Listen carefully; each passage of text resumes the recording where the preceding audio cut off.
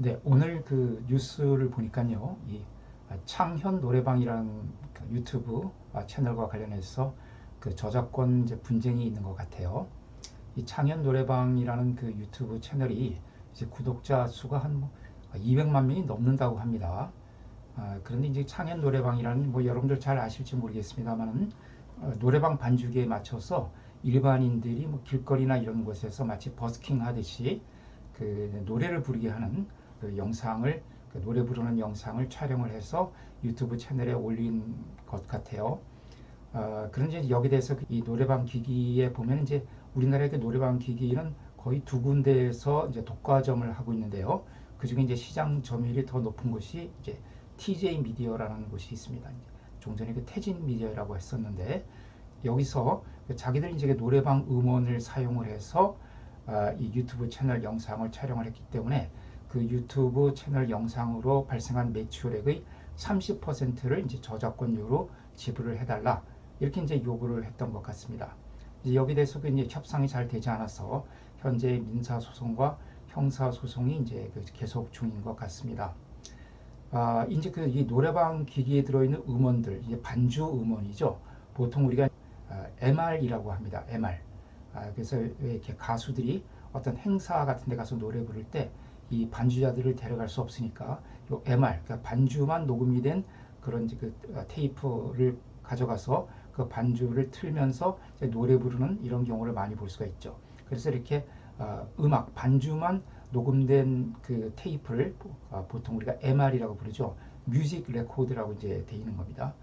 그 약자죠. 거기에 비해서 이제 그 사람의 가창까지 녹음된 음원을 보통 AR이라고 합니다. AR은 이제 all record, all recorded. 그러니까 이 노래까지 반주뿐만 아니라 노래까지 이제 녹음이 된 그런 것을 AR이라고 부르죠. 또 뭐 마스터 테이프라는 그 이제 용어도 쓰이는데요. 마스터 릴 또는 마스터 레코드 MR이라고 하는데 이건 이제 뮤직 그 레코드하고 혼동될 수가 있어요. 같은 그 MR이라는 그 약자를 쓰기 때문에.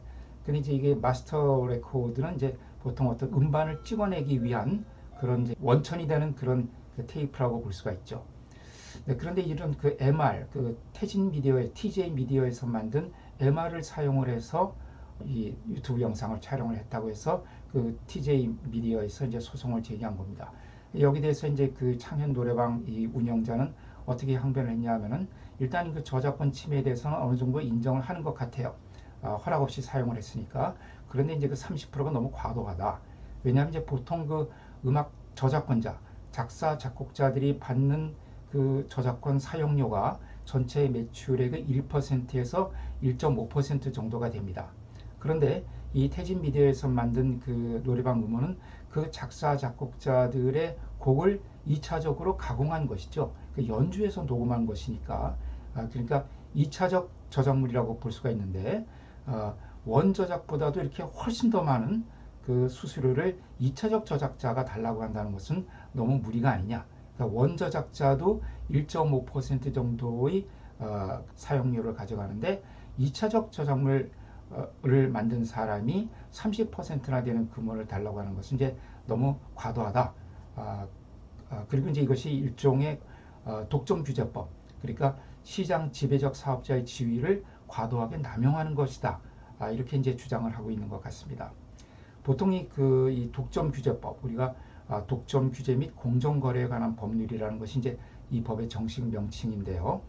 독점규제법과 저작권법을 비롯한 지적재산권법은 서로 충돌하죠. 지적재산권법은 이제 독점을 인정해 주는 겁니다. 저작권자에게 또 특허권자에게 상표권자에게 또는 디자인권자에게 독점적으로 그 권리를 그 IP를 이용할 수 있도록 보호해 주는 것이 이제 지적재산권법이고 거기에 반해서 독점규제법, 이 공정거래법은 독점을 방지하는 법이죠. 그러다 보니까 이 두 개의 법은 이제 서로 충돌할 수밖에 없는데 그런데 우리 그 독점 규제 및 공정거래에 관한 법률에 보면은 이런 규정이 있습니다. 그 지적재산권의 정당한 행사로 볼 수 있는 권리에 대해서는 이 독점규제법을 적용하지 않는다. 그러니까 이 저작권법이면 저작권법, 특허법이면 특허법, 이런 지적재산권의 정당한 행사에 대해서는 이제 그것은 당연한 독점권이기 때문에 거기에 대해서는 독점규제법 위반이라고 해서 규제하지 않는다는 것이죠. 자, 그럼 이렇게 그 TJ 미디어에서 이런 30%의 금원을 요구하는 것이 과연 그러면 정당한 그 권리의 행사냐 하는 것이 이제 또 문제가 될 수가 있겠죠. 그래서 이제 이런 여러 가지 쟁점을 포함을 하고 있습니다. 최근에 보면 원 소스 멀티 유즈라고 해서 하나의 소스가 성공을 하면 그것을 가지고 여러 가지 파생적 시장이 형성이 되는 것을 볼 수가 있습니다. 예를 들어서 어떤 웹툰 하나가 이제 성공을 하게 되면 그 웹툰을 가지고 드라마도 만들어지고 또 소설도 출간이 되고요. 또 뮤지컬도 만들어지고 또 뭐 영화도 만들어지고 이런 경우를 우리가 많이 볼 수가 있죠. 자, 이런 것이 이제 2차적 가공인데 그럴 때 이 웹툰 저작자가 이제 원 저작자가 되는 것이고 이런 뮤지컬이라든가 영화라든가 소설이라든가 이런 것들이 다 2차적 저작물이 될 텐데 그런 2차적 저작물 작성자는 어느 정도의 로열티를 받는 것이 합당하냐.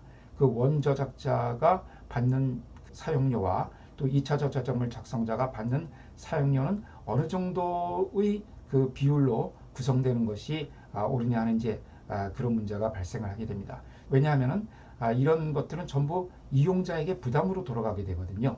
그러니까 말하자면 이제 창현 노래방 같은 경우가 이제 이용자가 될 수가 있는 것인데 이렇게 그 원저작자에게도 비용을 지급을 해야 되고 또 2차적 저작물을 만든 사람에게도 비용을 지급을 해야 되고 이제 이런 문제가 생기기 때문에 결국 이용자들이 부담할 수 있는 금액에는 한계가 있을 것인데 그 한계 안에서 원저작자와 또 2차적 저작물 작성자가 수익을 어느 정도 배분해야 되는 것이죠.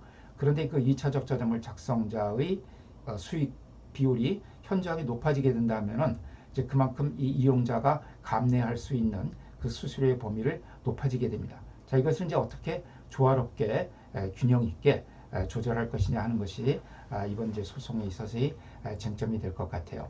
그래서 이런 그 사용료와 관련된 분쟁은 앞으로도 이제 계속 발생을 할 것 같습니다. 작년만 해도 이제 OTT 그 사업자들 예를 들어서 뭐 왓챠라든가 티빙이라든가 또 뭐 넷플릭스라든가 이제 이런 업체들이 그 음악을 많이 사용을 하게 되는데 그 음악에 대해서 얼마만큼의 사용료를 지급해 줘야 되느냐 하는 문제를 가지고 이 한국음악저작권협회와 아주 심각한 대립이 있었고요. 거기에 대해서 문화체육관광부에서 이제 그 일정한 퍼센트를 정해서 고시를 했습니다.